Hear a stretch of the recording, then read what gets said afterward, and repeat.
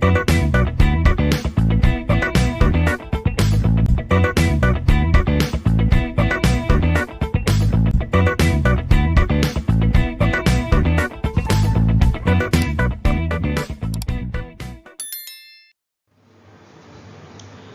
to Supply Chain Management, Module 2, Strategic Sourcing. This is the fourth part. In this part, we will be discussing about sourcing strategy, supplier selection, and contract negotiation. This PPT has been prepared by referring many sources from the internet, videos, notes, and it is exclusively used for the purpose of education only. Sourcing strategy, portfolio approach. What is this sourcing strategy? Portfolio approach classifies items based on the importance of the item in terms of value of purchase and associated supply risk in the supply market. So let us understand this portfolio approach in a better way. Supply risk captures two dimensions of first one, number of suppliers in the market, and the demand supply gap in the supply market. See, there are two aspects, two dimensions. Number of suppliers. Supplier risk will be very high if the number of suppliers are very less. Quite simple, right? And supplier risk will be less if there are enough number of suppliers. See, for example, Myco, let us take the example of spark plugs, or else, let me take the example of processors, Intel processors. Intel is the only company, AMD, I think it manufactures processors. Very few takers are there. But most of the mobile applications, mobiles and laptops, PCs, they are running on Intel processors. Intel is the major player there. There is only very few such suppliers, and if Intel stops production or if Intel delays production, my production also gets delayed. That is the high supply risk. And next dimension is demand and supply gap in the supply market. There is a gap. I have 100 units demand and the supply is only 50 units. What to do? I will be losing my market continuously.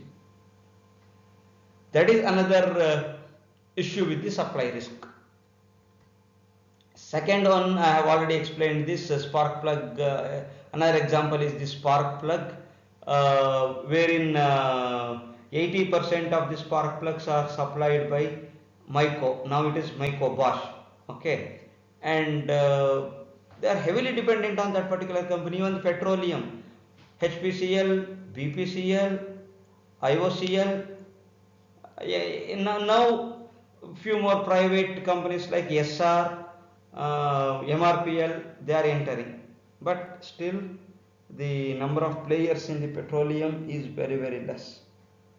Petroleum refinery is a very huge investment sector.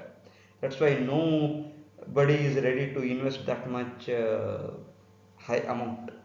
So that is another area where very few suppliers are there. More suppliers, if they enter the market, risk is very less, like hotels, transportation, FMCG. There is no risk at all. One or the other company, I go to purchase say Colgate toothpaste. If I do not get that, okay, I will purchase some Dabur product. If that is also not available, I will go with Patanjali product. If that is also not available, one or the other pastes will be there in any shop. Okay, it's not a big deal.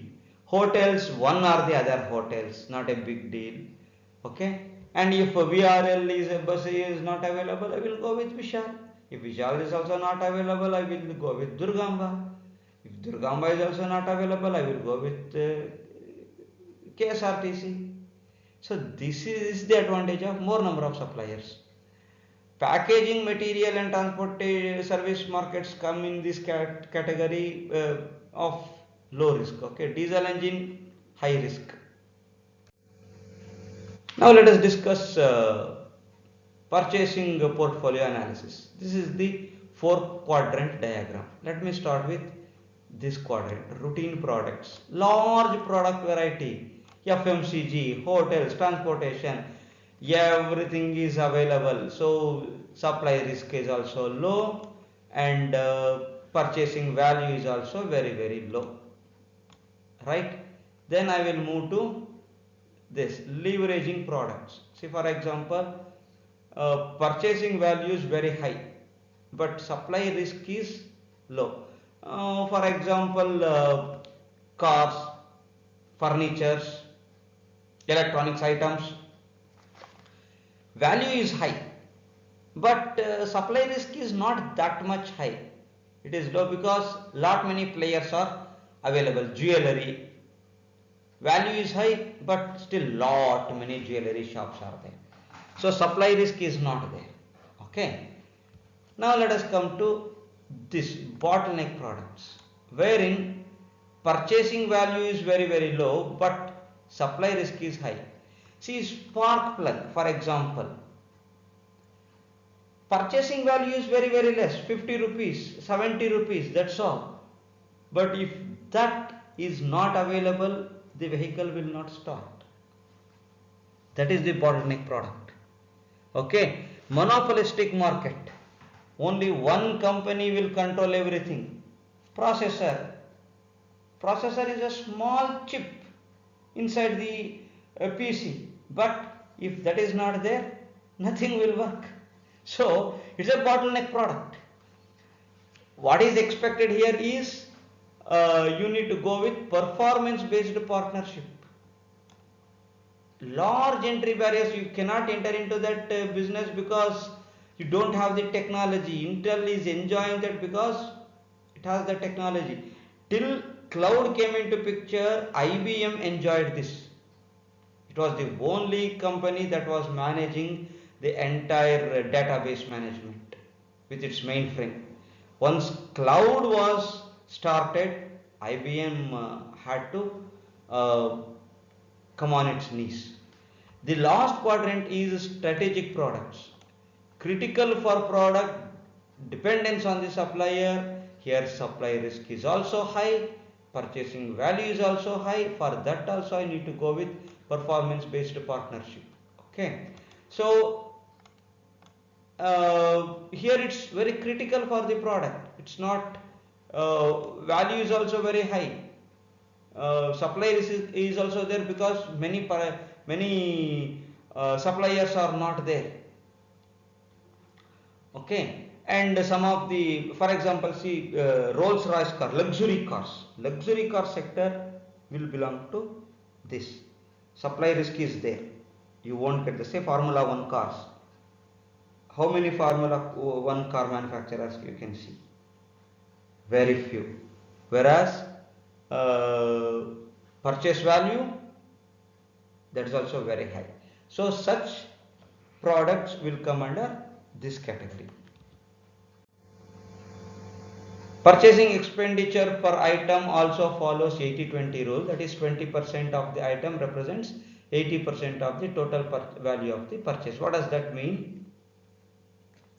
Number of items may be 80%, okay, but they represent only 20% of the total value, whereas just 20% of the total volume will represent 80% of the total value. Let me take the example of our own body. I will explain this concept in a very simple way. See, how many brains are there, how many hearts are there, how many kidneys are there. Combined together there are 4 parts, but what is the value of them for our survival? Very high value. Whereas fingers, 10 toes, 10 fingers, total 20. Even if I lose 2, 3, 4 fingers, does it really matter to me? Shall I lose my life? Only one brain, let it go. Can I say like that? No.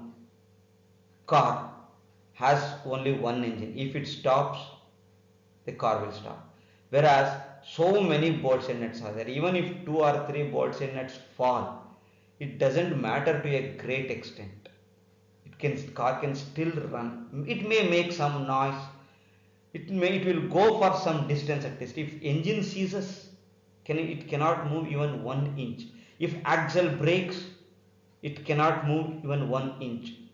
If the processor stops, the computer cannot work at all. If the motherboard stops working, malfunctioning of the motherboard, it cannot work at all. If the keyboard is not working, I can go with I can download a virtual keyboard and still continue to manage. Which is more important? Is keyboard more important or motherboard more important? See, this is the meaning of 80-20 rule. Similarly, bargaining power of buyers and suppliers depends on demand and supply condition. Typically, managers end up spending equal amounts of time and effort on all items and all suppliers. Unnecessarily, they will bargain many a times just to save 1%, 2%. They will bargain, and the energy and the time that they have spent will be more than what they have saved. To understand this better, let me show this figure to you. See, this is the another quadrant. Again, there are 4 quadrants. This represent routine products, this represented bottleneck products, this represented very valuable strategic products, and this represented high value products with low risk, low supply risks. What is most striking in this is this quadrant. See, 80-20 rule. 80% of the products has a purchase value of just about 20%. Right? That is the meaning of 80-20 rule. The 4 quadrants are named as routine products, leverage products, strategic products, and bottleneck products. So this is routine, this is bottleneck, this is strategic, this is leverage. Again, let us overlap this particular graph on that and on the previous 4 quadrants and try to understand this concept. See now, bottleneck products, how are they? Strategic products, how are they? Leverage, routine products.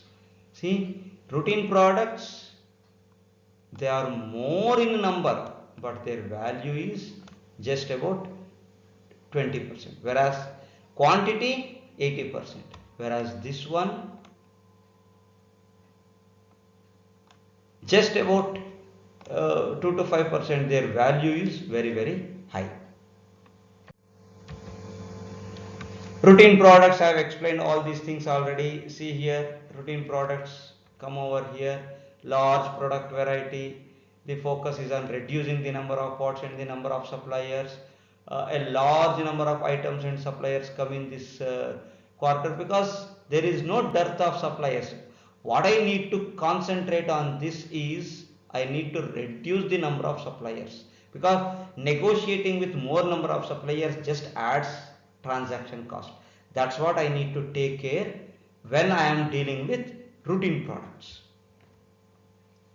Okay, purchasing department should not waste its energy and time on such small items. Next one is leverage products, that is 4th quadrant. This quadrant consists of high value standard products. These items provide a number opportunity to leveraging buying power in low supply risk. A firm can reduce the number of suppliers and focus on the operation level integration. Here I need to focus on operation level integration. Where are they? It is here. See, I need to see that items are supplied on time. See, do not delay the supply. Concentrate more on the operational level, because there is no supplier risk. Many suppliers are there. So don't worry about the negotiating with the supplier. Suppliers are there. The items will reach you on time. So what you need to concentrate? You need to concentrate on finishing your product. Okay. So try to control the cost of the product so that you can have more number of customers. Next quadrant is the strategic products, wherein both are high. Supply risk is also high and the value is also high. This quadrant usually accounts for less than 5% of the items, but almost 40% of the purchase value. Okay, so you need to be more careful over here. How does it appear? It appears here. See, strategic products, critical for the product. They are very critical for the product. You cannot neglect them. They are very critical for the product, and highly dependent on the supplier, because supply risk is there, value is also high. I was taking the example of this Formula 1 car, Rolls-Royce car, luxury cars. uh, Rolls-Royce engine very critical, and Formula 1 engine very critical, and engine should not cease. Even if it drives at 500 kilometers per hour, the engine should not cease. If it ceases, the race ends, and that is why they are called as strategic products. The last one is the bottleneck products, that is at the second quadrant. Supply risk is high, but the value is very low. Here the focus should be on securing this supply and looking at the alternative sources of supply. Here, see, it is in this bottleneck. There is no problem with the value of the product. It's cheaper products, fairly cheaper, but the problem is suppliers are not there. For example, as I gave you spark plugs, value is very less, but they are bottlenecks. Without spark plug, engine cannot start.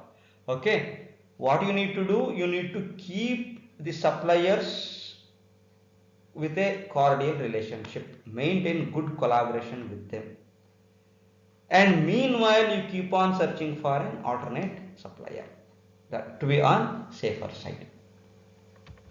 So these are the four quadrants that will help us to understand the portfolio analysis.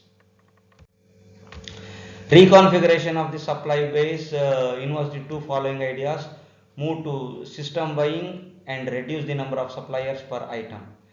Auto assemblers work closely with tier 1. Let me show that diagram so that you can understand it very clearly. See here is the auto supplier. He has to work with supplier 1, 2, 3, 4 to complete the manufacturing of his two-wheeler or a four-wheeler or whatever it is. Instead of managing supplier 1, if he himself takes up the job of supplier 1, then what will happen? See, for example, supplier 1 is the person who supplies the seats. Let us just assume seat is supplied by the supplier 1. Auto assembler, what he has to do? He is not managing just supplier 1 now. He has to manage the subsystem 1, subsystem 2. That means, what are the various raw materials required for the seat? They need the leather, they need the foam, they need the stitching, they need the frame to place this seat properly, they need the springs for cushioning effect, they need so many mechanisms to push it forward, push it backwards and pull it forward, lower it up and down. All these things have to be managed by auto assembler now. Do you think this is an easier job? So that is what the OEMs, original equipment manufacturers, need to decide, whether they should go for outsourcing or they should go with the in-house manufacturing. Till now we discussed about sourcing strategy, importance of the supplier, what is the use of sole supplier, and what is the advantages of multiple suppliers, what are the relative disadvantages, what is the role of a supplier in the supply chain. All those things we have discussed. Now we shall move on to the next section. selection of the supplier. How do we select the supplier? What are the various aspects, various basis for selection of supplier? Before selecting suppliers, a firm must decide whether to use single sourcing or multiple suppliers. That's what we have already discussed. Single supplier, the bonding will be better when we have a single sourcing, but multiple sourcing we will have choices more. We can go to that particular supplier who has the best innovation. Even the supplier has an option of improving the innovation, improving the technology in order to attract new customers. If it is a single sourcing, that becomes a habit for the supplier, and he may not improve any further. So before I select a supplier, I have to decide whether I need to follow sole proprietorship, I mean sole suppliership, or multiple suppliership. Single sourcing guarantees the supplier sufficient business when the supplier must make a significant supplier buyer specific investment. See, what happens here is, when you select a single sourcing, the supplier sufficient business can be obtained, and the supplier must make a significant and buyer specific investment. For example, when Toyota selects Toyota Bokoshu is for the seats, okay, it has selected that company for seat manufacturing, and whatever the design Toyota gives, whatever the policies, whatever the technology, what are the quality principles Toyota asks Toyota Bokosho to follow, it has to follow. So that is what is termed as a buyer specific investment. So buyer will specify, you have to follow ABC. The supplier should comply by those. If supplier doesn't comply by those, then the buyer may reject the supplier. He may go to some other supplier. So while having multiple sources ensures a degree of competition and also lowers risk by providing a backup should a source fail to deliver. If supplier A fails, there is a backup by supplier B. Maybe at a higher price we may have to shell out some more extra amount, but at least I will get the material or whatever I have ordered, or whatever I have ordered for the first supplier. If the first supplier fails to supply that on time, so my manufacturing system will not stop, will not come to a halt if I have a backup. That is another thinking. Many companies follow sole proprietorship, many companies follow multiple sourceship.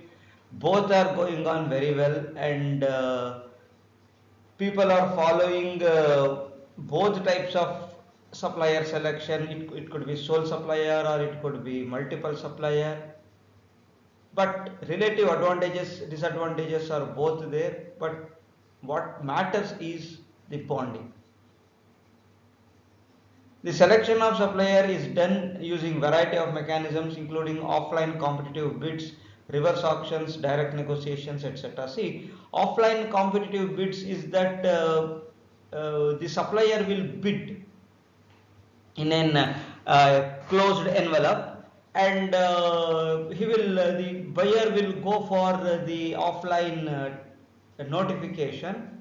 The material for so and so purpose is required. Whoever wants to supply for this particular purpose with these following specification can bid. So the suppliers will start bidding. Normally they send the bids in a closed envelope. Nowadays it has become online. They send it through via mail, which is more confidential, and that's how it starts, and the person who bids the least amount will be selected as the supplier. Suppose if you want to clear a garbage in a city, and the city corporation may ask for the notification when whoever wants to clear this, and there could be many companies who will clear this garbage, and from the garbage they may produce power by separating it into uh, green waste and red waste, or the dry waste, wet waste and dry waste. uh, Green waste is used for manures producing fertilizers, and red waste or dry waste is used for the production of the power or recycling purpose. There are many aspects. Okay, so in this way, the person who bids least to clear the garbage will be awarded that particular tender or that particular work. Even in case of supplier of materials to an industry, the person who bids the least will be awarded the duty of supplying the material to the organization. Okay, if I want to start a laptop business, a laptop factory, and I need so many parts like RAM, I need processor, I need a keyboard, and I need a monitor, and I may ask company A, B, C to send the bid for quotation for uh, the supply of monitors. The person who quotes the least price, that is nothing but bidding. Okay, who quotes the least price will be awarded the business. In reverse auctions, what happens? What is an auction? Auction means the seller will do the auction. Okay, normally the seller will do the auction. Here in reverse, and the potential buyers will be sitting in front of the seller, and they will go on increasing the price, and the person who calls for the highest price will be sold that particular product. Many artifacts, even the houses, lands, if the loan is not cleared, that particular process happens. In reverse auctions, what happens? The buyer will be asking for the quotation, or asking for the price from the sellers.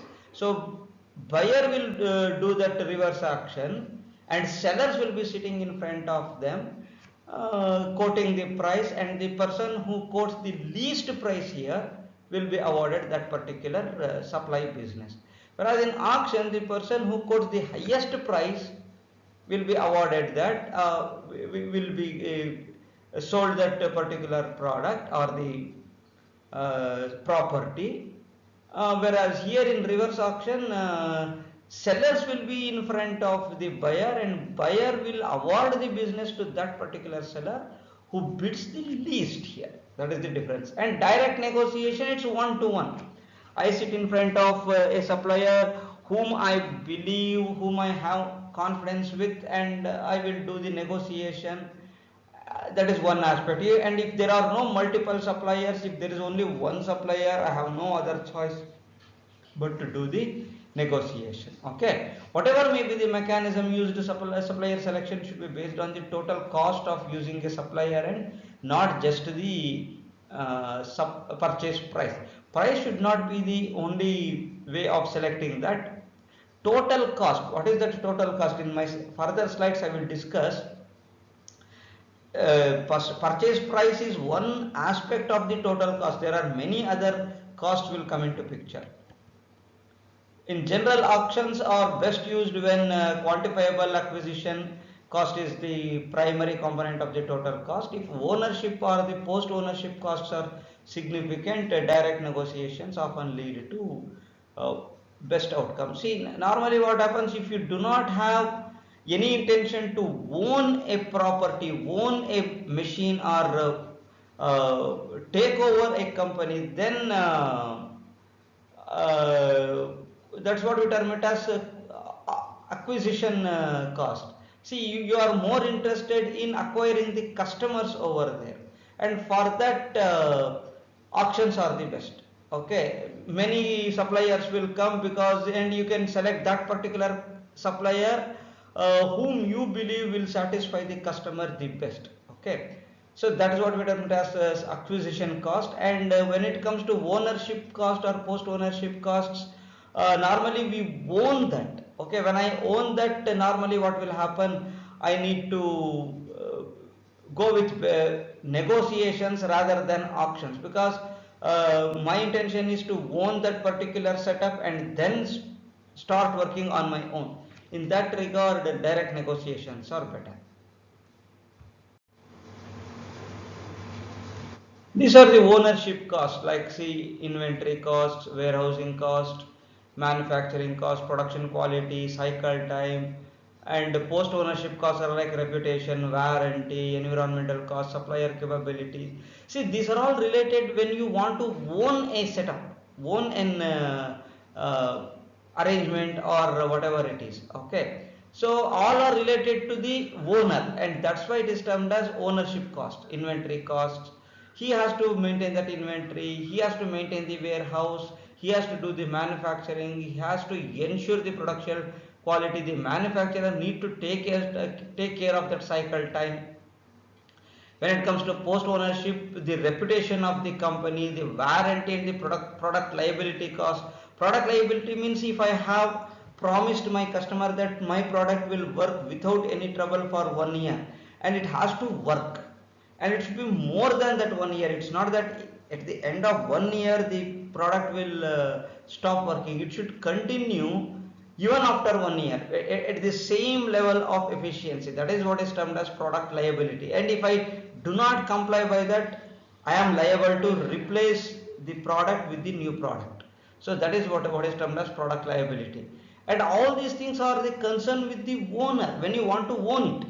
See, let me give you a very simple example. If some repair happens in the house, who is liable to do the repair work? Is it the tenant or the owner?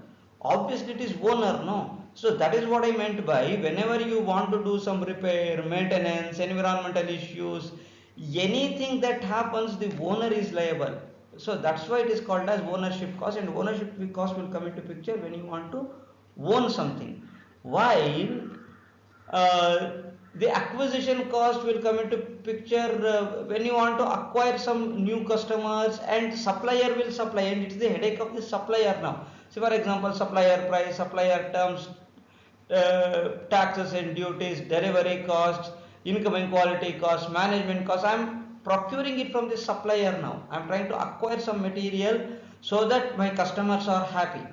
So when I'm doing that, all this transportation, incoming quality costs, I have to ensure that the quality of the material that I'm procuring, they are to the best possible level. I cannot believe what the supplier says, so I may have to have a separate quality section which will ensure me that the incoming quality is proper and it is as per our requirement, and all those things I have to say.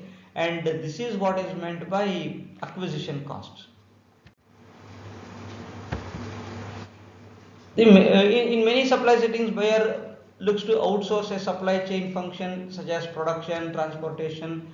Potential suppliers are first qualified and then allowed to bid on how much they would charge to perform the function. What happens is I will select a few suppliers without asking for any bids from them to make sure that yes, they can really do whatever I want to say or whatever I want. Uh, then comes I have to go into depth whether they can supply it at a lower price, and the negotiation begins later. When conducting an auction based primarily on unit price, it is thus important for the buyer to specify performance expectations along all dimensions other than price. So when he wants to go for auction, he has to tell whatever the aspects he wants, he expects. It could be specifications of the materials, parameters, design parameters, okay, and performance levels. So, he may say that I want to see the battery of a laptop should work without any trouble for 3 years at least, and he will ask the companies in auctions, are you able to supply that kind of material?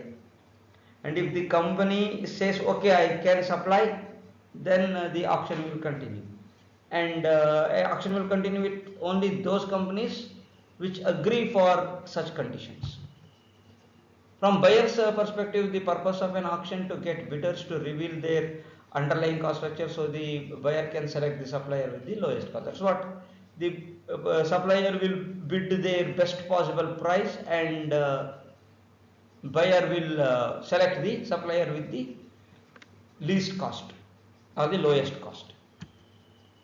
A significant factor that must be accounted for when designing an auction is the possibility of collusion among bidders.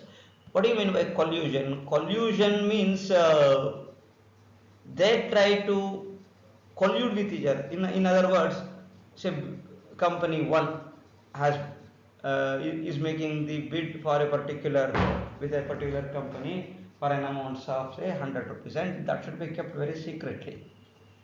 And what may happen if that information leaks? Other persons may quote a price lesser than 100 rupees. So that should not happen. That should be kept very secretly, and that's a very important matter, and there should not be any question of collusion. Okay, and in case of collusion, if there is a contradiction and if they start colluding with each other, then what they do is the contract will go to the lowest cost bidder, of course, but the price that I am going to pay is that of the second lowest bidder. I hope you are getting my point.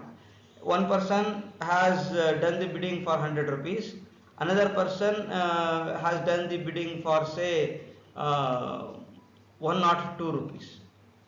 The contract will go to the person who has bid for 100 rupees only, but at 102 rupees. That is another reason why colluding occurs, and people will oppose this idea. Basic principles of negotiation.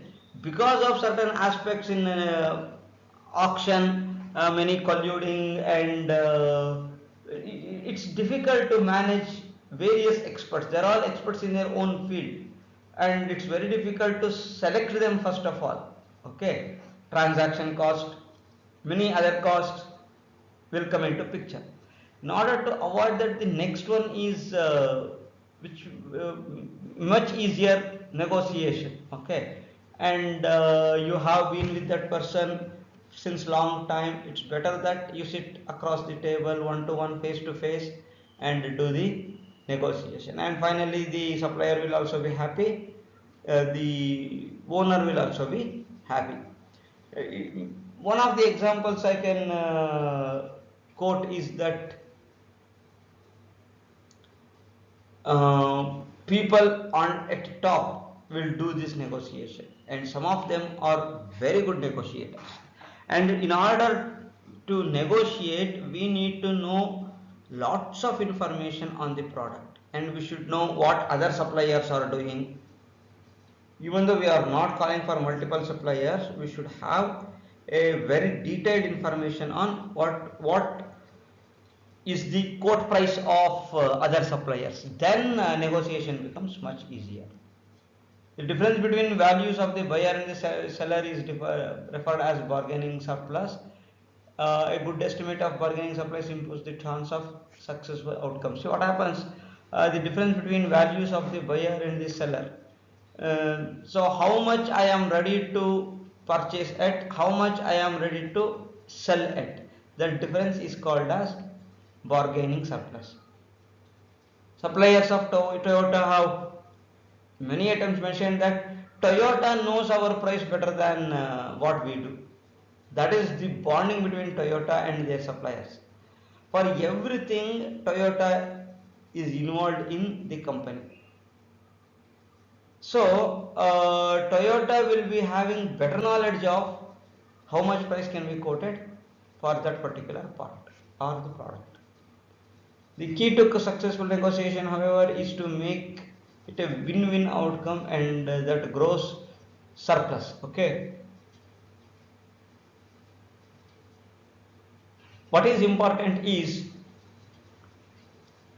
we need to look at win-win situation. Both supplier as well as the buyer, both of them should gain. It is not that only supplier should gain or the manufacturer should gain. Both of them should end up with win-win situation, then only the negotiation is successful. To create a win-win situation, or the between negotiation, the two parties must identify more than one issue to negotiate. Identifying multiple issues allows the opportunity to expand the pie if the two parties have different preferences. Normally, in order to put them under a common platform is very difficult. Okay, but if both parties have an intention of arriving at an agreement, then definitely win-win situation can occur. This is often easier than it seems in a supply chain setting, especially if both parties focus on the total cost of ownership. Uh, when they concentrate on the total cost of ownership rather than just the sales price, then the negotiation would be successful and looks very much easier. You are not concentrating or you are not asking only the supply price, and that is the difference between uh, major successful negotiation and failed negotiation. Till now we discussed about the supplier selection via negotiation, via auctions, when I should use negotiation, when I should auction, and all those things. Now we will discuss about creating a world-class supply base. So supplier is not available only in our country. Supplier is available anywhere in the world, and we have to tap them. So what is the advantage? Advantage technology. I can get the technology. One example I will tell you, while constructing Statue of Unity, Sardar Vallabhbhai Patel's world's tallest statue, uh, it was made of concrete molds and other things. Okay, and precast concrete. In order to produce that precast concrete, the size was very big, and they tried that with many of the foundries in India because they wanted to have a mold for that, but unfortunately Indian companies could not have that. Even America, Europe, Germany, they tried anywhere, everywhere. Ultimately, they could get that in China. So, because of the technology available in China, they had to procure it from China. So, that is the advantage of world-class supply base. Core elements of effort in getting to that end include collaborating a long-term relationship built on respect and trust. This is what is necessary. A collaborative relationship is necessary. Conflicting relationship is not necessary. Earlier, conflicts used to happen between large companies which were trying to be called a number one company. That's not the case now. Whether you call as number one or not doesn't matter. Many companies are interested in having a very cordial collaborative relationship. Effective demand signals that drive sourcing and manufacturing and enable volume adjustment as needed. See, effective demand signals drive sourcing, manufacturing, and enable volume adjustment as needed. See, if I have 100 parts, and depending on the demand I can adjust. To start with, I may not give very high number of parts. To end with, I can go on giving. That's what happens in with vegetable vendors. Operations and logistics alignment with supply capacity management and leveled production schedule. See, operations uh, happens at the local in the sense within the industry, at the production point, whereas logistics is with respect to transportation and warehousing. So which one do we choose? That is very important. Ability to manage mixed loads with online, on time, or in full delivery coming into and going out of the organization. Whether it is on time delivery or full delivery, a truck having a capacity of 40 tons, is it full or not? That is the question that we need to ask. ongoing collaborative operations and product delivery improvement with cost reduction across end-to-end chain. What happens if both the supplier and the buyer uh, do a common work? Then this problem will come into picture. The supplier cannot supply on time, or if the distance is too far, supplier cannot supply it on time.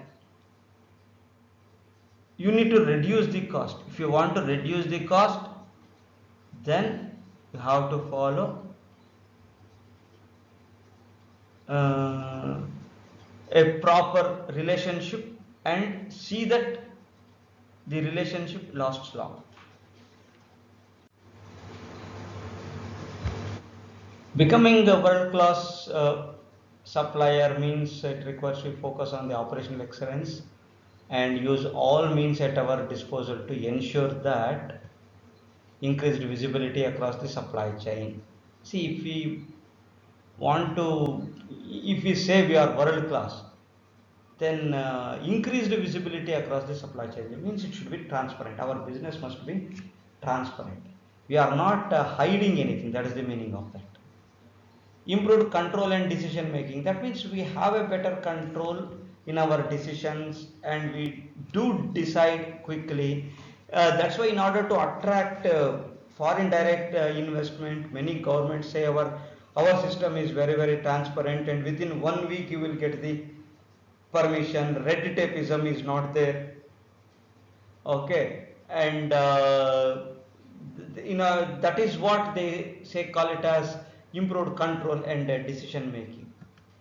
Improved product availability, and by when we become world class, product is available everywhere. That means it's not restricted to one country. So product availability would be easier. Improved alignment between organization and targets. So when I say I am a world class company, and when we focus on operational excellence and use all our means at our disposal, we ensure that there is a proper alignment between the organizations and various targets that we have set to achieve. Increased data accuracy and user confidence. User will feel confident because we are providing him what is that he is asking. Increased system performance. Because of the better data accuracy, system performance will be better. Standardizing and harmonizing people, processes and technology. We bring good harmony among people. Harmony in the sense good understanding. Put all this together and value opportunities. What is that we get? We can reduce the inventory between 15 to 30%. That's a huge achievement. We can increase the inventory turnover by more than 17.5%. So inventory turnover in the sense we procure everything and we convert that and convert it into finished goods. That is termed as inventory turnover. It's 17.5%, increased by 17.5%. Improve the supply chain services levels by 20%. So service improves. Process efficiency also increases by 20%. Yeah, one example I have quoted here, HCL Axon. They have tried to become world-class suppliers. Okay, and how they have achieved that? For a global storage networking manufacturer, we achieved an 85 improvement in operating cycle time by increasing supply chain efficiency. This is the first claim.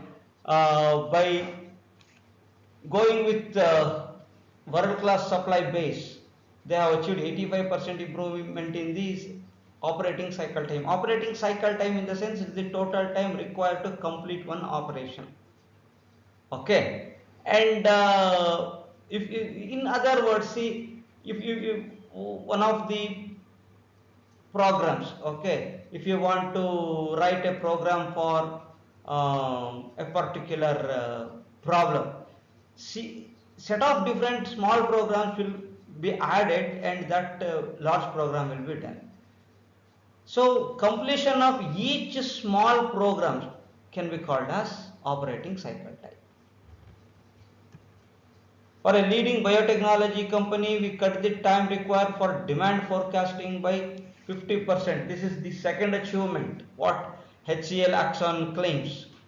So for a biotechnology company, they have reduced the demand forecasting time by 50%. Forecasting in the sense you are predicting what is going to happen in future. There are many tools available. It's a very scientific method, but still it needs time. And if you can save 50% of the time, it's a good achievement. For a global life sciences company, we delivered an organization-wise 360-degree view of the customer to support the 1200 member sales force. So they have provided a 360-degree view for of the customer so that they can treat customers better now. For a US retailer, 75% in increase in the revenue when they achieved within 4 months of its Oracle implementation. When they implemented the Oracle, they have achieved 78% increase in the revenue.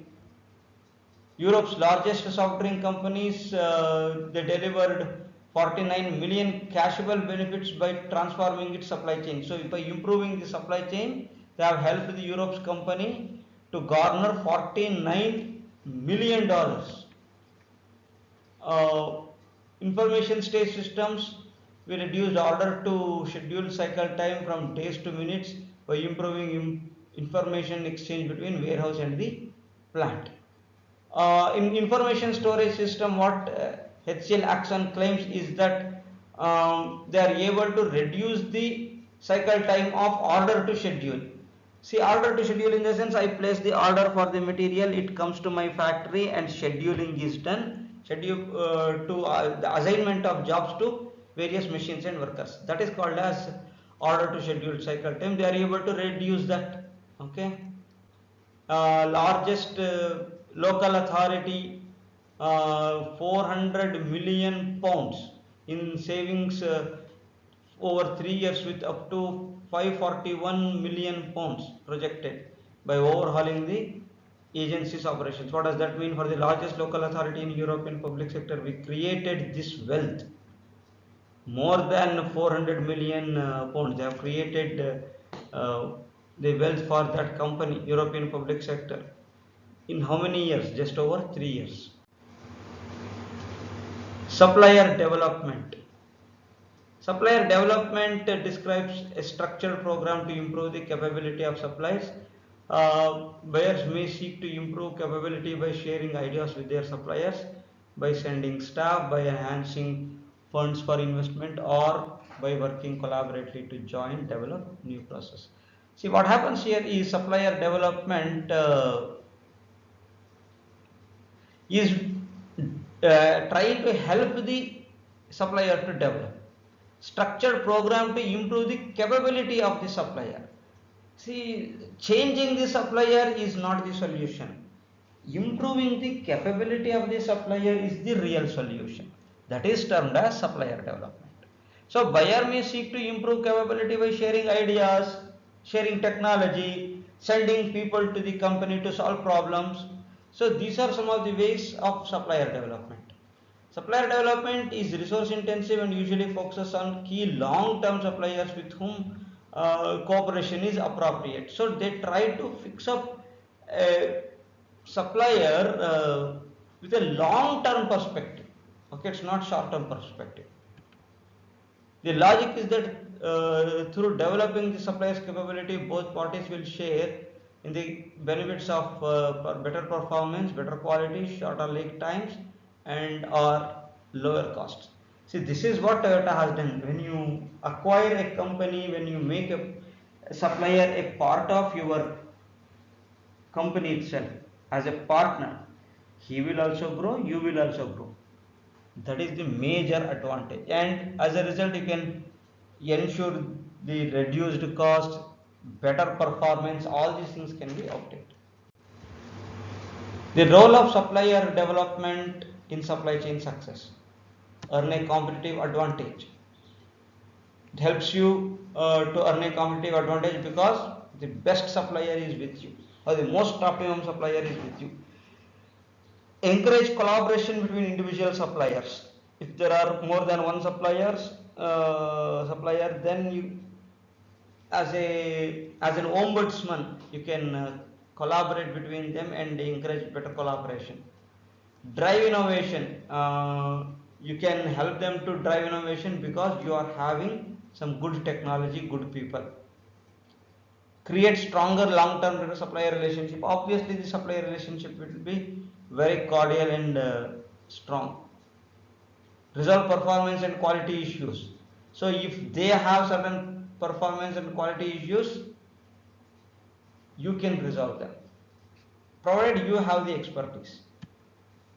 Enhanced customer satisfaction. Because of all the above facts, all this above, obviously supplier satisfaction will be enhanced. Worldwide sourcing. This is also called as global sourcing. This is the process of sourcing goods and services from international market across geopolitical boundaries. Geography is different, political parties are different, country's culture is different, people are different, but still we get materials, we outsource them to some such countries. It aims to exploit global efficiency such as lower cost skilled areas. Cost of labor is the major reason for worldwide or global sourcing. Okay, one example I can quote you is call centers in India. Nowadays it's getting reduced because of the bots, help desk. They only will operate the help desk. And clothing and shoes manufactured in Ethiopia and Thailand. One of my friend was working as a manager at Raymond's garment factory near Bangalore, and now he has been shifted as the unit head in Ethiopia. Ethiopia has a separate unit for Raymond's showroom, Raymond's factory. In the sense, Raymond's people have opened a separate unit in Ethiopia. Out there are, he said that when I asked him how is the situation, all those things, he said that there are 24 such units and 8 of them belong to India, from Arvind Mills and then Gokul Das Images, etc. Even Ethiopia is also, Thailand is very famous for shoes manufacturing. Nike shoes, they come from Thailand. Some advantages of global sourcing are learning how to do business successfully in the new market, finding, developing alternate supplier sources to reduce cost and stimulate competition. You can understand many people, you can meet many people, you can thereby you can also learn what is happening in the entire world. The opportunities to locate scarce skills, skills, if it is scarce there, go to some other place or else train them. Okay, but companies will not have time to train, that's why they go to some other location or some other supplier. There are also disadvantages. Monitoring costs, these are the costs like monitoring costs, achieve this one, transaction costs, and in addition to those costs, difference in culture also will come into picture. People having a habit of staying calm in India, very difficult to go outside India. Forget about India. We Indians cannot work in North India, and North Indians are very reluctant to work in southern part of India. But still, the exchange of human beings takes place. So this is worldwide sourcing. In the service industries, there are also real risk in losing a grip on the intellectual property. So if you outsource, they may hack, or they may take those files and claim it as their own. So this problem is also there in worldwide sourcing, because our secrecy can be leaked to someone else. We should not give way for that. We should be very careful in that. Thank you.